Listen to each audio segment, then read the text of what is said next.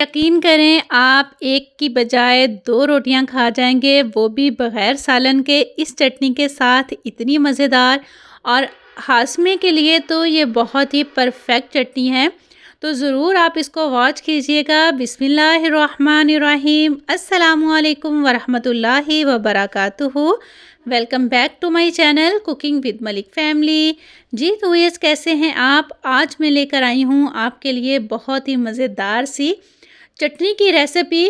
और ये स्मोकी चटनी बनेगी बहुत ही मज़ेदार। और आप यकीन करें कि आप एक की जगह 2 रोटियां खाएंगे और सालन की ज़रूरत भी नहीं पड़ेगी। तो ये किस तरह से इतनी मज़ेदार सी चटनी बनेगी, बनाना बहुत ही आसान है, बनती बहुत मज़ेदार है। तो चलिए आइए हम इसको बनाते हैं। जी तो इस यहाँ पर इस चटनी को बनाने के लिए मैंने एक तवा ले लिया है और तवे के ऊपर सिर्फ 3 से 4 कतरे हमने डालने हैं ऑयल के। और इसको ब्रश से हमने अच्छी तरह से ग्रीस कर लेना है और ऑयल को हमने तवे पर फैला देना है।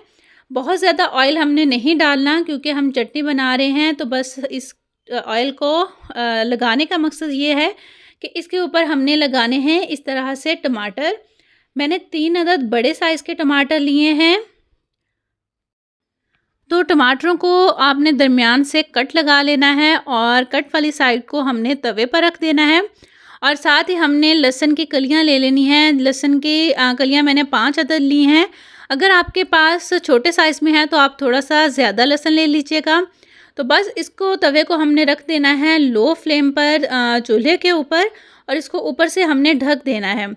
ढककर हमने इसको स्टीम में ही बनाना है। ऑयल जो हमने डाला है उसकी वजह से ये होगा कि ये नीचे नहीं चिपकेंगे।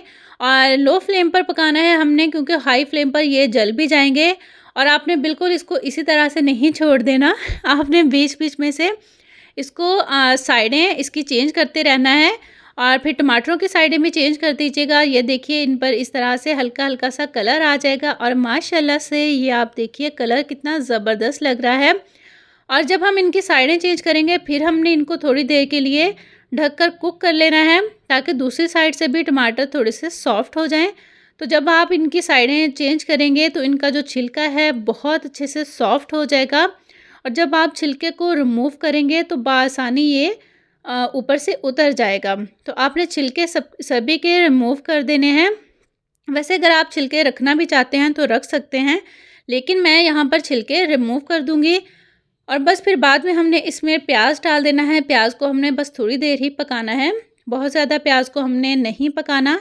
तो छिलके उतारने के बाद हमने इनको थोड़ा सा कर लेना है ठंडा और एक कोयला ले लेना है हमने। और कोयले को हमने गरम कर लेना है और रख देना है इनके बीच में। मैंने थोड़ा सा फॉयल का टुकड़ा ले लिया था, उसके ऊपर कोयला रखा है। आप किसी छोटी कटोरी में भी डालकर तो स्टीम दे सकते हैं। इस तरह से देनी है आपने स्टीम। और इसको हम 3 से 4 मिनट अच्छी तरह से ढक देंगे ताकि जो हमने स्टीम दी है उसका सारा धुआं अंदर ही रहे और बहुत ही ज़बरदस्त सा एक फ्लेवर आ जाए। तो ये देखिए माशाल्लाह से 4 से 5 मिनट के बाद मैंने ढक्कन उठाया तो माशाल्लाह से स्टीम आ चुकी थी और क्या ज़बरदस्त खुशबू आ रही थी। माशाल्लाह से बहुत ही ज़बरदस्त खुशबू आ रही थी। तो बस आप भी इसको इसी तरह से बना के देखिएगा। और इस स्टेज पर अगर मेरी वीडियो आपको ज़रा से भी अच्छी लग रही हो तो प्लीज़ मेरे चैनल को सब्सक्राइब भी कर लीजिएगा।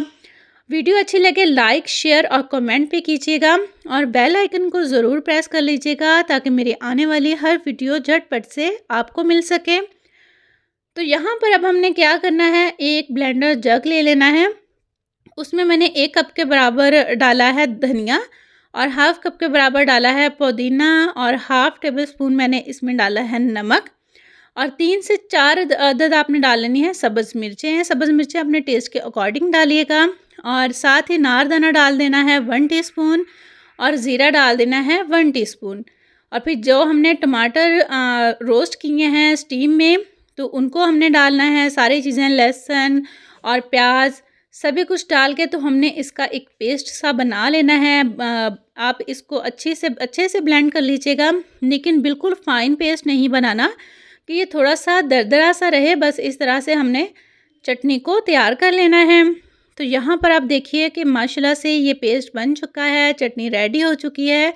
तो बस थोड़ी सी हम इसकी गार्निश करेंगे तो यहाँ पर मैं आपको दिखा रही हूँ कि एक टमाटर मैंने लिया है, उसके मैंने छिलके उतार लिए हैं। टमाटर आपने सख्त लेना है, नरम टमाटर का छिलका बआसानी नहीं उतरेगा। सख्त टमाटर ले लीजिएगा, तो उसका छिलका आपने इस तरह से उतारना है कि छिलका टूटे ना। तो उसको फिर ऐसे आपने रोल करते हुए उसका एक फूल बना लेना है। तो ये चटनी की गार्निश के लिए है, कोई गेस्ट वगैरह आते हैं तो आप किसी भी चीज़ को इस तरह से गार्निश करके सर्व कर सकते हैं। तो ये देखिए माशाल्लाह से हमारे पास एक फूल बन के रेडी हो चुका है। तो आप इसको कहीं भी प्लेस कर दीजिए, मिड में कर दीजिए या फिर किसी कॉर्नर में रख दीजिए। तो इससे हमारे खाने की लुक बहुत ही ज़बरदस्त हो जाती है। तो माशाल्लाह माशाल्लाह चटनी की लुक माशाल्लाह से बहुत ही ज़बरदस्त है, तो आप इसको ज़रूर ट्राई कीजिएगा। और जाते हुए हमेशा की तरह आपसे यही कहूँगी, खुश रहें, खुशियाँ बाँटें और लोगों के लिए आसानियाँ पैदा कीजिए। अपनों के लिए जब भी कुछ बनाएँ, दिल से बनाएँ, प्यार से बनाएँ, उसमें ढेर सारा प्यार शामिल करें तो वो चीज़ माशाल्लाह से बहुत ही ज़बरदस्त बनती है। क्योंकि आपका ढेर सारा प्यार जो उसमें शामिल होता है, अल्लाह ताला की ज़ात आपके, मेरे और हम सब के रिज़्क में ढेर सारी बरकत अता फ़रमाए, आमीन। अपना बहुत सा रखिएगा ख़याल, मेरा कीजिएगा इंतज़ार। मैं आऊँगी इंशाअल्लाह ताला किसी नई और अच्छी रेसिपी के साथ। तब तक के लिए अल्लाह ताला की ज़ात आपका, मेरा और हम सब का हामी और नासिर हो। Take care. अल्लाह हाफ़िज़।